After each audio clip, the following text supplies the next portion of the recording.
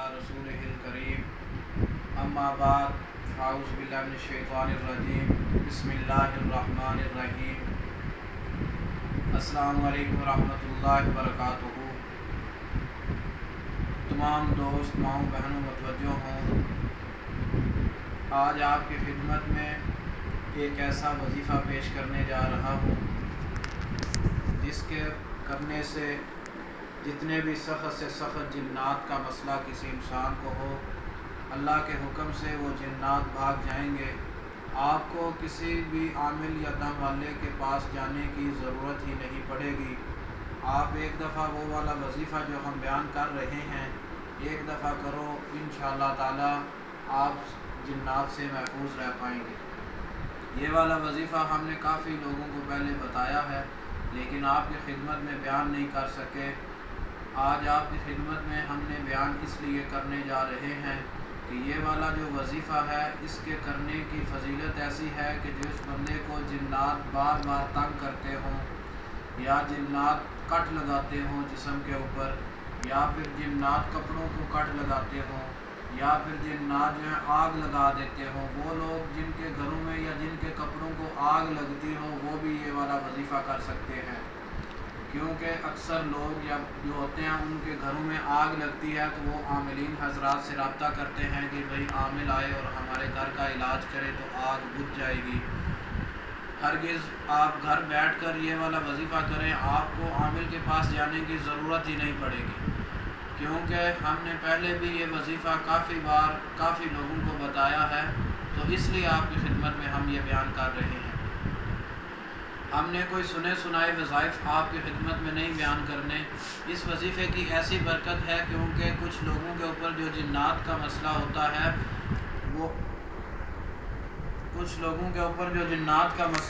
है वो इसलिए होता है कि जादू की वजह से जिन्नात मुसल्लत किए जाते हैं।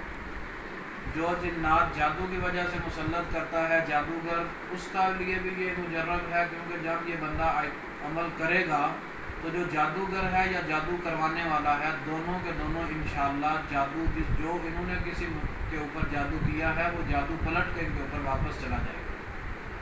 क्योंकि आजकल लोग कहते हैं कि जी हमें मालूम नहीं होता कि जिस बंदे ने हमारे ऊपर जादू किया है हमारा दुश्मन बड़ा स्ट्रांग है, वो हमारी जान नहीं छोड़ता। या फिर ये कह देते हैं कि भाई वो बार बार करता है, हम बार बार तोड़ करवाते हैं, बार बार जिन्नात आ जाते हैं, आते हैं वो मुसल्लत किए जाते हैं, इसलिए बार बार आ जाते हैं।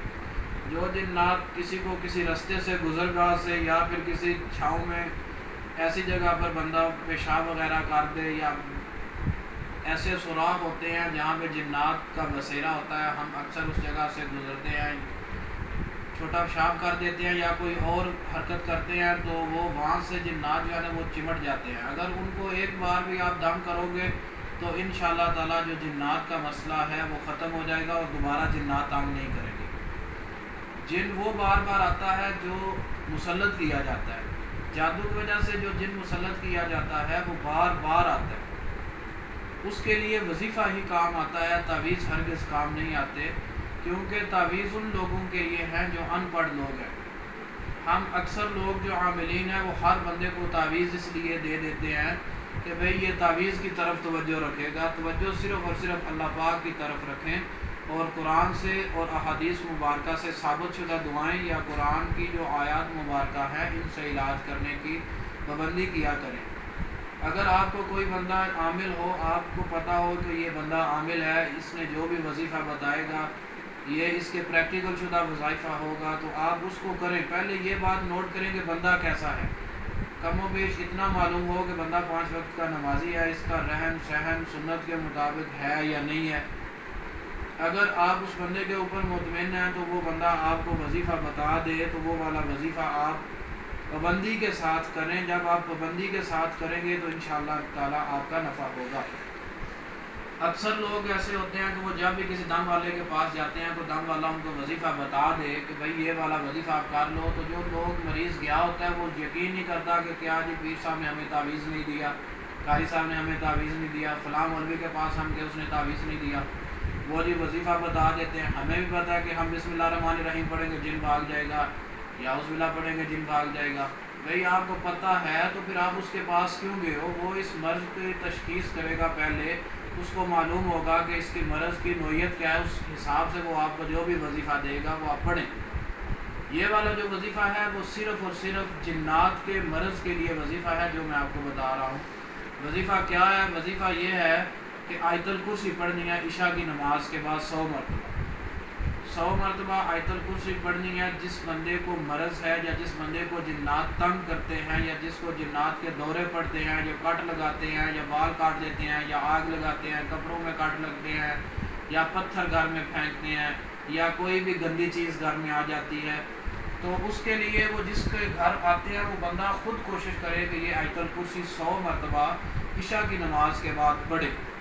جب وہ مریض خود پڑھے گا، پڑھنے کے بعد پہلے اپنے جسم کے اوپر دم کرے 100 مرتبہ پڑھنے کے بعد، پھر دائیں سائڈ پہ منہ کر کے پھونک مارے، پھر بائیں سائڈ پہ منہ کر کے، پھر آگے، پھر پیچھے، پھر زمین کے اوپر، پھر آسمان کی طرف منہ کر کے پھونک مار دے۔ انشاءاللہ تعالی جنات کے شر سے وہ انسان محفوظ رہے گا۔ اور جس انسان نے جادو کیا ہے، جنات بھیجے ہیں، وہ بھی حیران ہو جائے گا کہ میں بار بار جنات مسلط کر رہا ہوں اور اس کے باوجود یہ اس کے اوپر نہیں جا رہے، اس کو تنگ نہیں کر رہے۔ اور جو دشمن ہے جو اس کو جادو کروا رہا ہے وہ بھی انشاءاللہ اس حرکت سے باز آ جائے گا۔ اس وظیفے کو کرنے کی ترتیب یہی ہے کہ باوضو ہونا ضروری ہے، 5 وقت کی نماز کی پابندی ضروری ہے، اور مرض زیادہ ہے تو اس کو چاہیے کہ ایک دفعہ صبح کرے اور ایک دفعہ رات کو 100 مرتبہ ہی کرنا ہے۔ اور جس کو جنات کا مسئلہ ہے اس کو چاہیے کہ 21 دن تک مسلسل اس وظیفے کو کرے، انشاءاللہ تعالی جنات جان چھوڑ دیں گے۔ اگر آپ کو کسی بھی بات کی سمجھ نہ آئی ہو تو وہ ہم سے رابطہ فرما سکتے ہیں، اور اس وظیفے کی ہر بندے کو اجازت ہے۔ جو بندہ بھی اس وظیفے کو پڑھنا چاہے، ہماری طرف سے ہر خاص و عام، مرد و عورت، چھوٹے بڑے بوڑھے، سب کو ہماری طرف سے اجازت ہے۔ اگر اس کے علاوہ کوئی بھی ہم سے بات کرنا چاہے جو وظیفہ نہیں پڑھ سکتا، اس کا ان پڑھ لوگ ہیں، وہ ہم سے اس مرض کا تعویذ بھی وصول کر سکتے ہیں۔ السلام علیکم ورحمۃ اللہ وبرکاتہ۔